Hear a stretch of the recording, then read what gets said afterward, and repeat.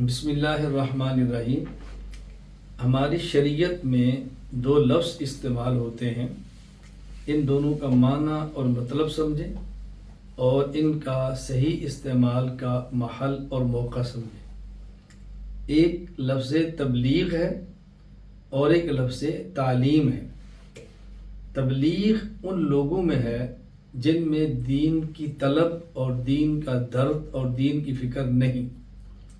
ہم تبلیغ کریں اور ان میں دین کا درد، دین کی فکر اور کڑن پیدا کریں، فضائل سنا کے، ہمدردی جتا کے، ان کا اکرام کر کے ان کی عزت کرتے۔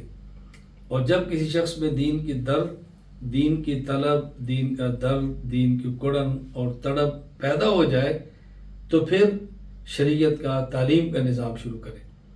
پھر اس کو قرآن کریم تجوید کے ساتھ پڑھائیں، قرآن کریم کا ترجمہ اور تفسیر پڑھائیں، احادیث پڑھائیں، عقائد پڑھائیں اور فقہ پڑھائیں۔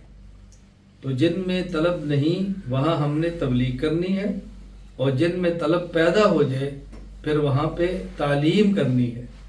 اور تعلیم کا معنی قرآن کریم، احادیث، عقائد اور فقہ اسلامی، یہ بنیاد ہے۔ اللہ تعالیٰ مجھے اور آپ سب کو لفظ تبلیغ اور تعلیم کا معنی مطلب سمجھنے اور صحیح اس کے موقع کو اور اس کے استعمال کے طریقے کو سمجھنے کی توفیق عطا فرمائے۔ السلام علیکم ورحمۃ اللہ وبرکاتہ۔